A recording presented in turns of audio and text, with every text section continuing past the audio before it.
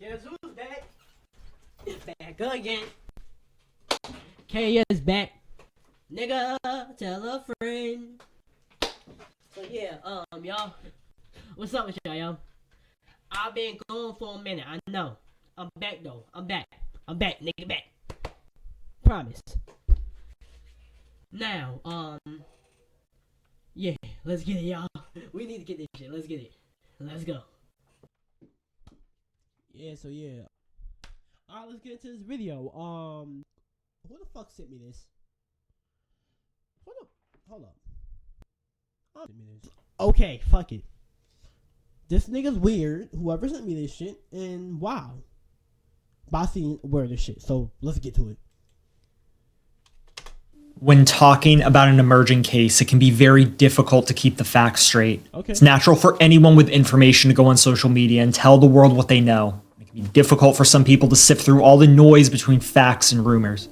Some people would tell you that these cases should never be talked about until they're resolved, but as it pertains to a case that needs signal boosting, especially one where the victim has yet to be found, I think speaking about it is necessary, and many of you have reached out asking for us to shine a light on this one. Because of this, we'll be largely sticking to official sources today while the investigation is ongoing. This is a story that needs to be told about a poor girl who has been missing for over a year. Please stick with us while we tell you about Ziyah Harris. Ziyah Harris was born on September 16, 2010 in Detroit, Michigan. From the outside, she lived a fairly normal life. She was a straight-A student at J.E. Clark Preparatory Academy. Like many girls her age, she was active on social media, especially TikTok. According to the 7 Mile Radio podcast, Ziyah's birth was the product of a workplace affair. Her father, Mervyn Jennings, was married at the time, and he and his wife were going through a rough patch heightened by his alcoholism. Ziyah's mother, Chantel, was also using drugs at the time and was considered a party girl. According to Mervyn, the pair signed away their parental rights to Ziyah's maternal grandmother, Annette Harris. He said that he did this to protect his wife's feelings, as well as to make sure that Annette was able to get the assistance she needed to care for Ziyah.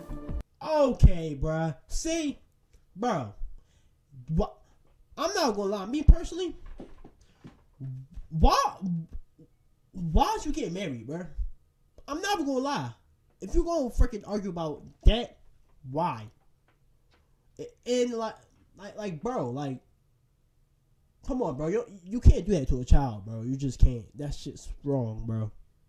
Shit's mad wrong. And the main reason why I'm saying, like, basically a lot is because, like, that's how I talk. And second of all, yeah. But yeah, back onto it. Mervyn claimed that he visited Ziyah when he could and even provided support for his young daughter. Allegedly, he lost contact with Ziyah and Annette when they moved away during one of his many medical procedures. Okay, sorry, bro. I jumped to the conclusions too fast. I'm off out, bro. According to Mervyn, he had a heart condition that required surgery. Okay. At the time of our story, 13-year-old Ziyah and Annette lived together in Detroit. She was a beautiful young girl who often wore her dark hair in braids. But despite outward appearances, Ziyah's life was far from normal, and she was in an incredibly dangerous situation. Ziyah's aunt, Shannon Harris, had a relationship with a man named Jarvis Butts.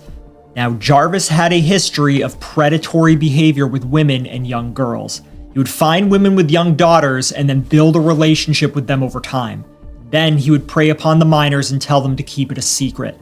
He himself had fathered multiple children, including Ziyah's young cousins. The earliest instance of this behavior was in 2005, which he was subsequently convicted for. When he was released from jail, he was put on the registry. 2012 to 2014, he targeted a child between 8 and 10 years old. His third victim was between 4 and 6 years old when he... Yo! What the fuck? Bro, what the fuck? This nigga's a sick motherfucker. This nigga's actually sick. Okay, hold up, y'all. Hold up. Go with me for a second, y'all. Hold up. Come here, real quick. Let me talk to y'all for a second. Hold on, let me move this shit to the side real quick. Okay, hold up. So this nigga just said he said 10 to 14 or something like that. Then he said 4 to 6 That shit's sick, my nigga. Nigga, you need... Bro, I'm not gonna lie, bro. Just know, bro. Squabble up, bro. Bro, I'm not gonna lie, bro. Squabble up if I ever see you, bro. Like, bro, like, that shit's really weird for real, nigga. Yeah, I'm not gonna lie. Throughout this whole video, we're gonna reference that nigga as sick nigga, okay? Fuck out of here, yo. That shit's weird as shit, yo. Alright, here we go.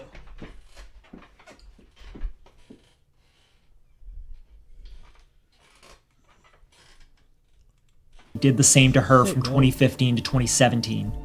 Jarvis infected this girl with chlamydia. Some sources state that she was his biological daughter, and others claim that she was the daughter of his girlfriend at the time.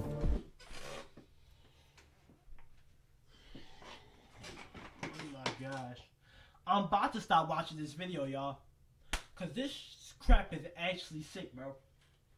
What? I'm not gonna lie. That freaking sex shit is weird either way. But on top of that, you gave the girl chlamydia, bro. Yeah, bro, you gotta squabble up with me, bro, if I ever see you, bro. I'm not gonna lie, bro. Like, I'm really gonna whoop your ass, bro. I'm not gonna lie, bro. Like, you need some type of ass whooping to your name, bro. Like, I'm not gonna lie. Let's see what you get right here. If you did get something, let's see. I'm not gonna lie, nigga. Ziyah was Jarvis's fourth victim, and she was 11 when he began assaulting her. Some family members didn't want him around Ziyah for obvious reasons. His reputation preceded himself, but their warnings went unheard. Between 2015 and 2022, Jarvis has had at least 5 CPS reports made against him detailing inappropriate conduct with children. Shannon was aware of these reports and even confirmed against him. This nigga.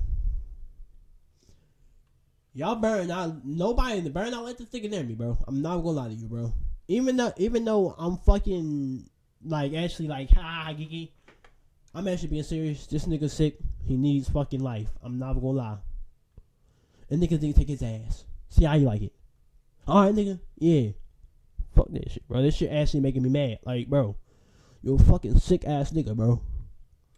Detailing inappropriate conduct with children. Shannon was aware of these reports and even confided in other family members. 2 of these reports were made by a pair of her relatives. The first was Jernell Smith Holland, who was said to be Shannon's aunt and Naziyah's great aunt.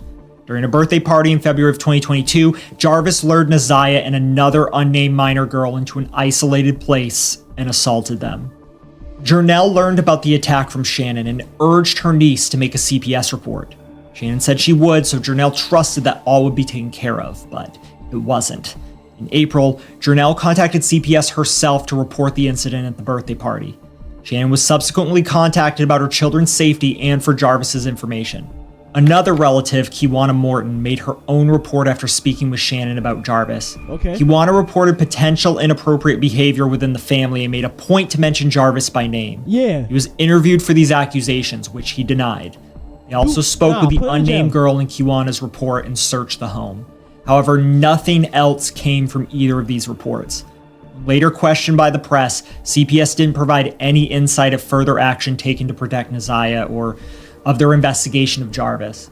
Like in many preventable cases we've covered, it seems as if the information was recorded, filed away, and forgotten about. While at least some steps were taken for the unnamed girl in Kiwana's report, none were taken for Ziyah. CPS did alert the Detroit Police Department about concerns for her safety, but they didn't follow up. Between 2023 and 2024, Shannon and Jarvis had broken things off. He was still in her life as the father of her children, and by extension, in Ziyah's life too. And to be clear, we have heard accounts that he was referring to Ziyah as his niece even after the fact. Despite quickly moving on and even becoming engaged to another woman, he continued to see Ziyah in secret. I'm not gonna lie. I'm really about to punch. I really want to punch my screen now, cause just. Alright, y'all. Fuck it. On January 9th, 2024, Ziyah stepped off her school bus on Cornwall Street in 3 Mile Drive. She was never seen by her family again. CCTV caught footage of Ziyah getting on the school bus in the morning and leaving her campus later that day. Her bus driver saw her get off at her usual stop. Earlier that day, Ziyah used her school-issued tablet to message Jarvis. The text read as follows: "Don't forget, be there before 3. I will let you know when I'm leaving the school. If you're not there, I will wait." She followed up with, "Send okay if you see the message so I can delete your number." Jarvis replied, "Okay."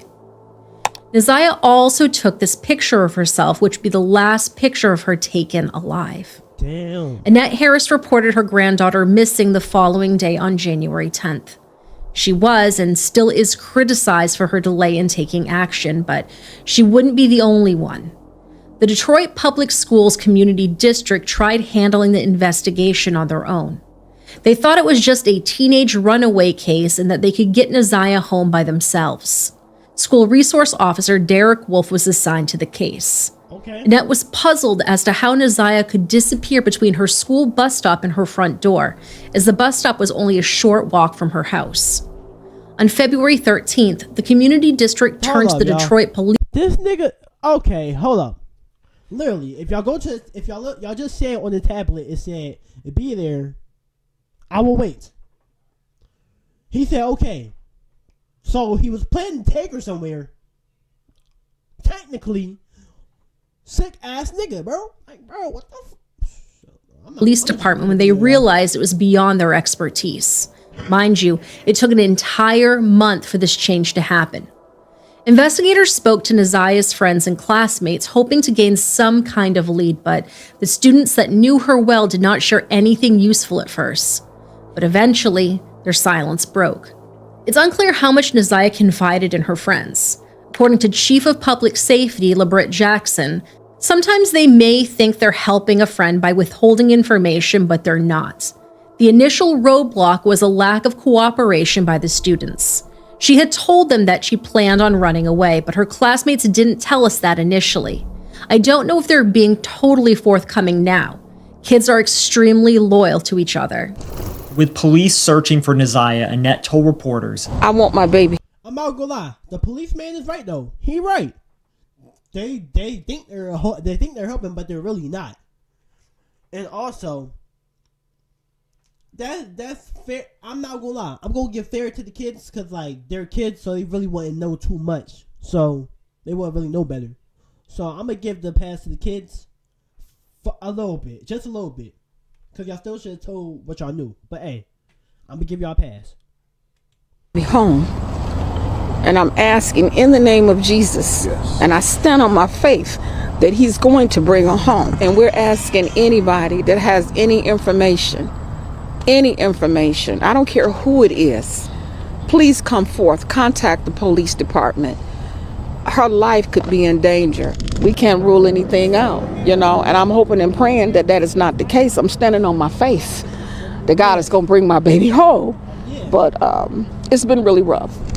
Footage of her getting on the school bus, and the bus driver did say that she did get off at her regular stop.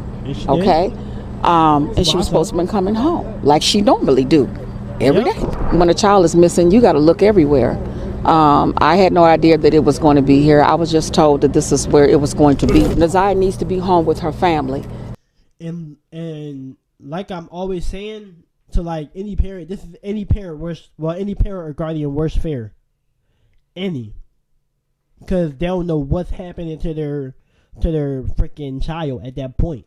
Like that's a fucking nightmare for a parent. And I'm not a parent, but I know how it is to have like a kid. So I know like that shit's gonna take a toll on you for real. As a parent, and all parents who lost y'all kids to anything, I'm sorry, for real. I give my condolences. Thank you. And we love her. So if you are harboring her, there is a law for that. And I'm asking that whoever has any information about my granddaughter to please contact the police. Please. Police quickly. First of all, that's kind of a crazy picture to be taken in the mirror as a freaking 13-year-old. But hey, it is what it is. Hey, it is what it is. But that's a crazy picture for a 13-year-old girl to be taken in front of a mirror. I'm just saying though. learned that Ziyah was not the type to go MIA. She had no unexcused absences from school, and she was very active on social media. For her to go completely silent like this was completely out of character. On February 20th, the Detroit police released a missing persons flyer on their Facebook page that described Ziyah as being 5'2" and 130 pounds. She was last seen wearing clear frame glasses. What was it? First of all, hold up, y'all. I'm sorry. What was a freaking man doing with a 5'2" kid? What do y'all? I'm not gonna lie. I need to go to a jail and see what do these pedos find attractive about that. They go get a 4'11" Latina, and freaking they could be like 23, and they still look like a kid. Crack them. Don't crack no actual kid. Like, bro, like what? That's just nasty, bro. That boy a hoe, for real. Also real shit. Like, bro. A white sweater, a black jacket or hoodie, a pink and white Rugrats coat with a fur collar, light blue denim jeans, and blue and white Nike gym shoes. At the time she disappeared, Ziyah was wearing her hair in 2 braided puff balls, which can also be seen in her last selfie. On February 14th, the police performed a... Hold up, y'all. Hello? Nah, I just came back and I'm just recording the video, then I'm about to join.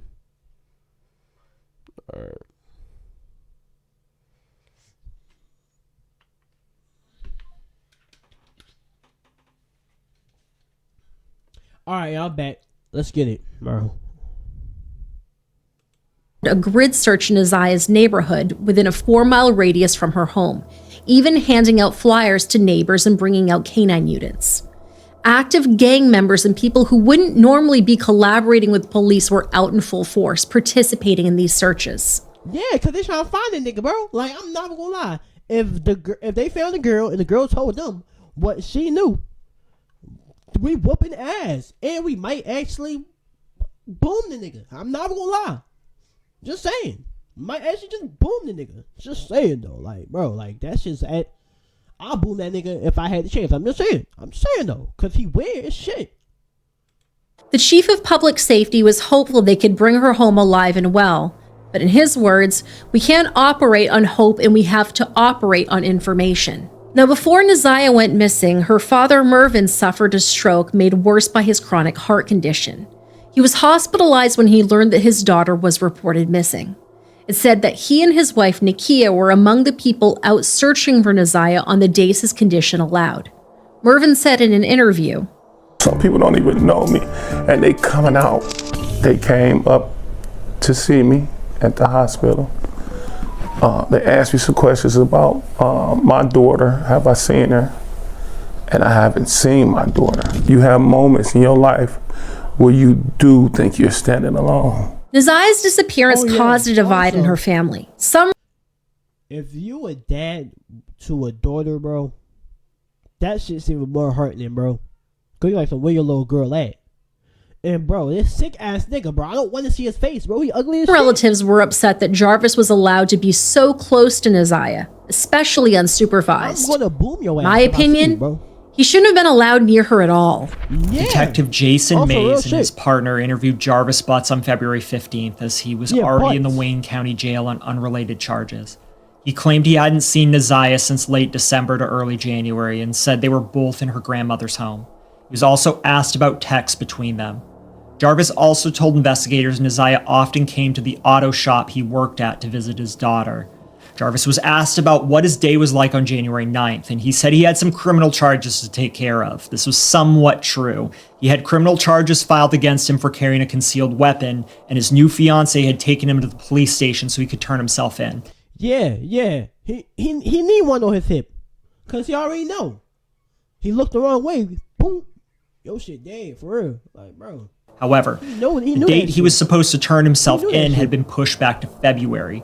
While incarcerated, he called a coworker and asked them to retrieve his phone, as he had left it in a truck and wanted to get it before the police did.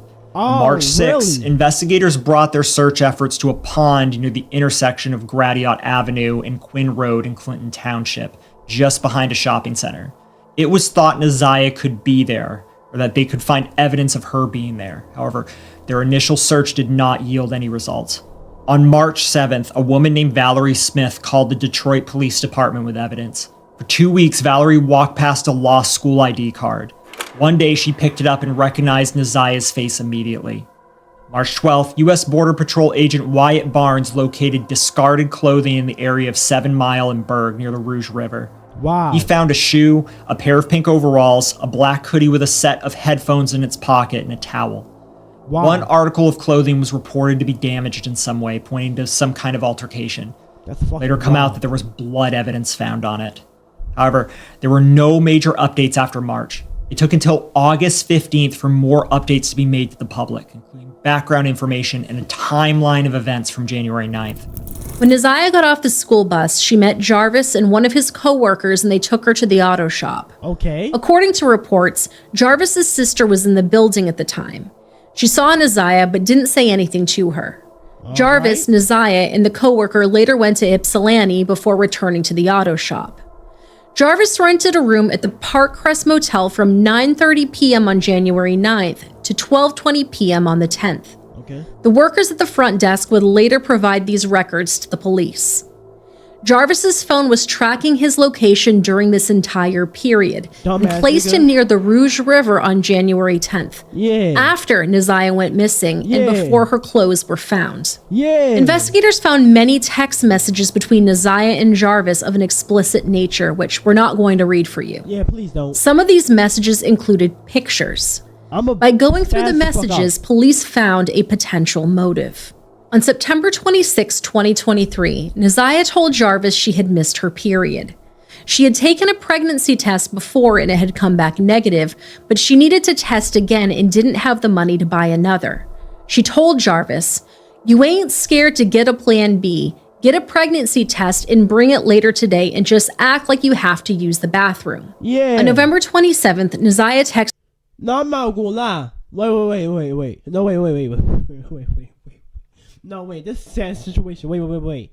I'm talking about like she stood up for herself. Like that's actually tough. Like she actually stood up for herself. Like for real. But she should have told her peoples about this whole situation that was going on. And I know she's the victim here. And this shit is so sad, bro. And this is what I don't like. And this is what I don't like to see, bro. But like, you gotta bring awareness to this shit, cause this shit gonna keep happening, cause of thick niggas, bro. Like, bro, shut the fuck out. Like, y'all niggas weird.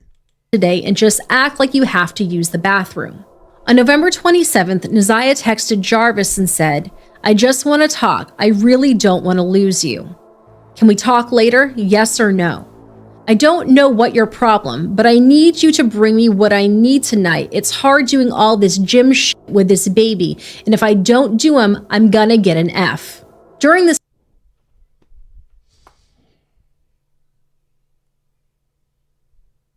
Wow. I don't know, bruh. All I know is that this sick ass nigga, I feel like he made this girl grow a little bit faster than she should have. I'm just saying. He made her grow up faster than she should have. He groomed her, bro. Like, that's what I'm getting out of this, bro. This time, Jarvis's search history recorded him researching how to terminate a pregnancy, both through medical means and through more unsafe methods. One specific result investigators found involved drinking red antifreeze. Evidence from Ziyah's devices suggested she was also conducting similar searches. On August 15th, the Detroit Police Department submitted an arrest warrant request to the Wayne County Prosecutor's Office. Not long after, Jarvis was arrested. Yeah. At first, it was thought that the arrest was tied to Ziyah's disappearance, but this wasn't the only reason. Prosecutor's office was building its case against Jarvis for all his past assaults against children. Thank you. On September 26th, the Detroit Police Department announced that they were pivoting from a missing persons investigation to a homicide investigation. Yeah. Although her physical body... Sick ass nigga about to go to jail and he was doing some weird shit. Thank you. But or some other stuff, like this girl, she shouldn't have had any of this. None of this shit should have happened at all. And like, I'm glad that she's getting justice. She needs that shit for real. Also real shit, really. Body was never recovered. The police and the prosecutor's office felt there was enough evidence to show that Ziyah was no longer alive. Prosecutor Kim Worthy said in a statement, "The evidence in this case will clearly show that the defendant's alleged actions were beyond predatory. They were vulturous. He groomed and preyed upon Ziyah with expertise. Will prove that he killed young Ziyah after he found out she was pregnant at 13 with his child." Wow. That same month, That's Prosecutor wild, bro. Worthy addressed the public in a press conference where she summarized the investigative efforts and the plans moving forward. She also gave a warning to any parents that were listening to her. We must be very careful who we let into our hearts and our homes and our lives, especially if you have children. We must be very careful who we have around our children and elders respectively. We must also be very careful who we leave our children with, even if they are in a relationship partners, family, and friends. I'll say that again. Even if they are relationship partners, families, or friends. Life can be hard enough at times. But when it comes to our children, we must be deliberative, we must be diligent, and laser focused on their safety.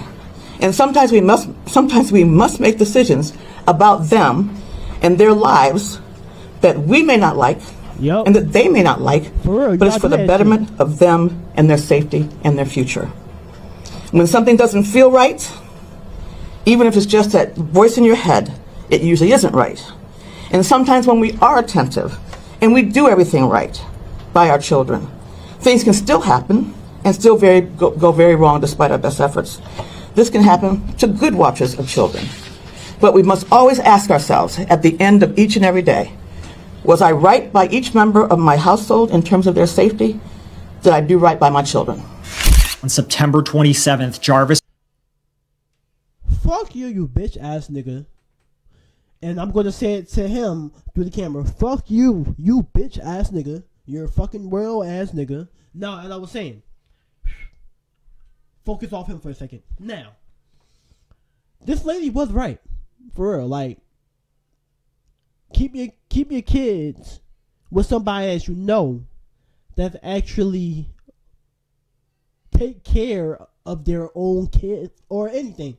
Who takes care of kids that you actually trust, who you know won't do no vulturous, treacherous stuff like this, predatory stuff like this. And to all parents too, please, and I really want to say please, watch who y'all keep around your children, bro. They could be predators, they could be anything. They could cause harm to your children. Please, y'all. Like, for real, that's fuck with me, for real. That shit actually fucks with me mentally. Like, I'll be ready to spaz out when I hear shit like this. So, like, that's why I've been spazzing so hard and talking so much throughout this whole video. Because this shit really got my blood boiling. Like, bro, like, what the fuck is you doing, bro? Just fucking sick ass nigga, bro. Chris was charged with first-degree premeditated murder, child essay activity, and second-degree criminal sexual conduct of a person under 13. There were also additional charges filed for acts of essay he committed before preying on Ziyah. Jarvis was held in jail until his preliminary hearing on October 10th, where he was brought before Judge Aaliyah Sabri. In light of the danger he posed to the community, Jarvis was denied bond and was also charged as a fourth-time offender. Ziyah's paternal aunt, Tiffany Jennings, stayed out of the public eye until after Jarvis's arrest. She was asked by reporter Sean Lay who was responsible for protecting Ziyah from Jarvis, to which she said, "It was you! Oh. It was you! You're the one that brought him into it. You're the one that brought him into her life, and this what happened. So yeah, it's your fault, motherfucker." Oh, what a loaded question, right, Sean? In my personal opinion, with no affiliation, there are multiple parties involved, as many have already stated. And I just have to hold on to hope that the entire truth will come to light. This is the beginning of the truth. Hold up, y'all. I'm not gonna lie. She right. But if I was a family member, I would have fought that nigga. The first time I saw him, if I heard what he what he do to kids. I would have fought that nigga already. I'm a spaz out nigga, bro. I'm gonna spaz out if I hear shit like this. Like, y'all niggas really drawn.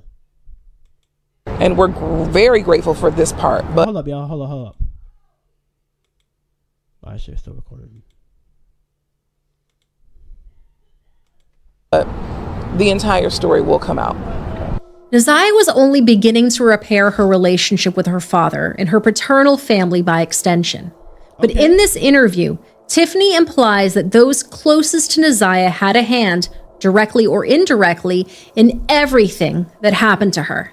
Ziyah's family members were in the courtroom audience throughout the legal proceedings that took place between November 1st, 2024 and January 6, 2025. The prosecution not only focused on Ziyah, but on the other girls Jarvis targeted as well. Now 20 and 13 years old, two of Jarvis's prior victims took the stand. Yeah, go to jail. Jarvis's co-worker, Cordell King Wright, also incarcerated at the Wayne County Jail for unrelated charges, was brought in as a witness. He testified that he and Jarvis had picked Ziyah up on their way back from AutoZone and brought her back to the auto shop on the 9th. He said he did not see her after that day. Jarvis... Nigga. And you didn't question nothing? You didn't question shit. You saw her one day. You picked her up and shit. Didn't see her any other time after that. What do you think, nigga? What's going through your fucking stupid? Never mind, bro. I'm not gonna lie, bro. I'm not gonna spaz out right now. Jarvis's sister, Tijuana Butts, also testified that she was at the auto shop on January 9th and saw a little girl getting in and out of Jarvis's white Cadillac Escalade. She later realized that this little girl was Ziyah. Tijuana also was able to identify some of the clothes that Ziyah was wearing that day. Jarvis's former fiancée, Tashiana Davis, was among the prosecution's witnesses. As we mentioned earlier, she was his ride to the police station when he had to turn himself in. She testified he was always protective of his phone because he was a habitual cheater. She stayed with him despite these affairs because she saw him with little girls. And you did. I am appalled. I'm not gonna lie. I'm being serious. I am actually appalled by these motherfuckers. They pissing me off. I thought I wasn't gonna get that pissed off, but these niggas pissing me off. You say you saw this girl getting out of his Cadillac. What? Did you ask this nigga? Like, all y'all niggas weird, from what I'm hearing. But her side of the family. What type of shit is this? Is good with kids. Yes, you heard that correctly. In addition, one of Jarvis's former girlfriends said he borrowed her car on January 9th.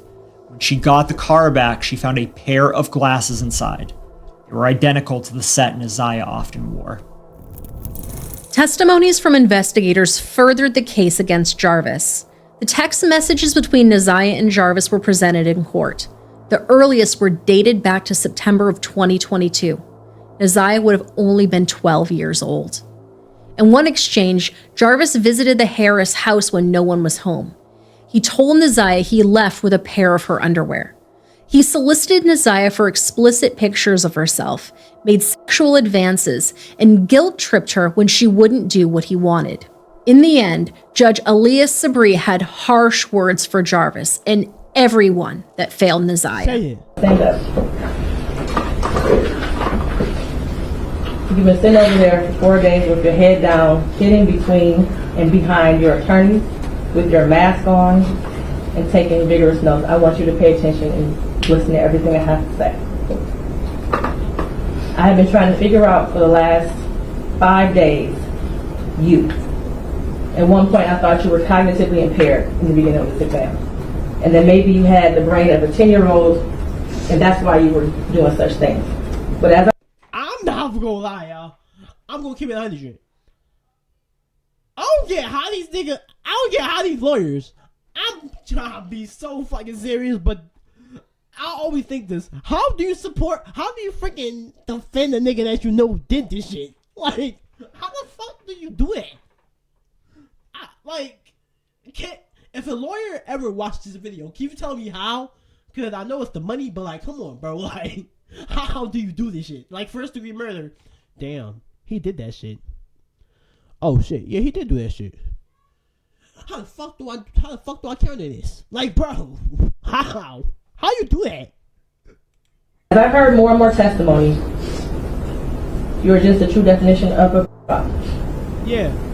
Watching you laugh and brag about all the women you have with different women and the children and the girlfriends, and making babies to groom them and having them in your presence and cleaning up your shop and the little girls around you has landed you here today. You groomed Ziyah. You played mind games with her. We all heard that. You controlled her emotionally. She was exposed to so much at such a young age. The text messages between you two were disgusting to hear. And to think that she had you saved in her phone as bae for life. Ziyah deserves so much more. Why are you looking scared now? No. And while I mentioned other people that failed her, Jarvis Butts, you are the monster in this whole picture. Yup. She did deserve love from her parents and everyone who was in her life. She was ignored, she was neglected, and you took complete advantage of that. She wanted someone to love her, and she will never know what that feels like. Your children deserve more. Like, bro, that shit, wow. As much as the defense counsel has raised issues on count one, all that has done is raise the question of fact for the trier of fact, which means that this will be for a jury or a judge to hear in Third Circuit.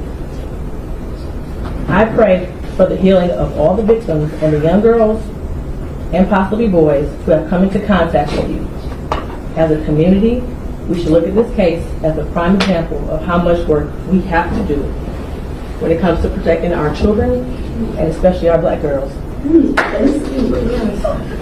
I pray for closure and healing for all those who have been traumatized by you. And for you, Jarvis Butts, I wish you a speedy trial and that justice be delivered. Detroit-based rap artist. I'm not gonna lie. She said in the most professional way possible, nigga, you're sick. Literally, that's what she said in the most professional judge way. You're sick, nigga. Like, Trayvon Gardner, known professionally as Skilla Baby, followed Ziyah Harris's story. I know him. The news broke that Ziyah was officially declared dead. Skilla Baby mourned her loss. He made a post on his Instagram where he announced that he was willing to cover the entire cost of a memorial service for Ziyah. His account still exists, but it's been wiped of all activity. There are still some screenshots of this particular post. Ziyah's cousin Roxy confirmed that many celebrities, including Skilla Baby, had reached out to her. She told reporters, "My goal was to make sure Ziyah Harris's story reached worldwide, and it reached worldwide because this isn't only happening in the city of Detroit, but it's happening everywhere. Yeah. Now more women and more young girls are speaking up, and that was my ultimate goal for not only Ziyah to get justice, but for every young girl and every young woman who has ever been sexually abused to get justice."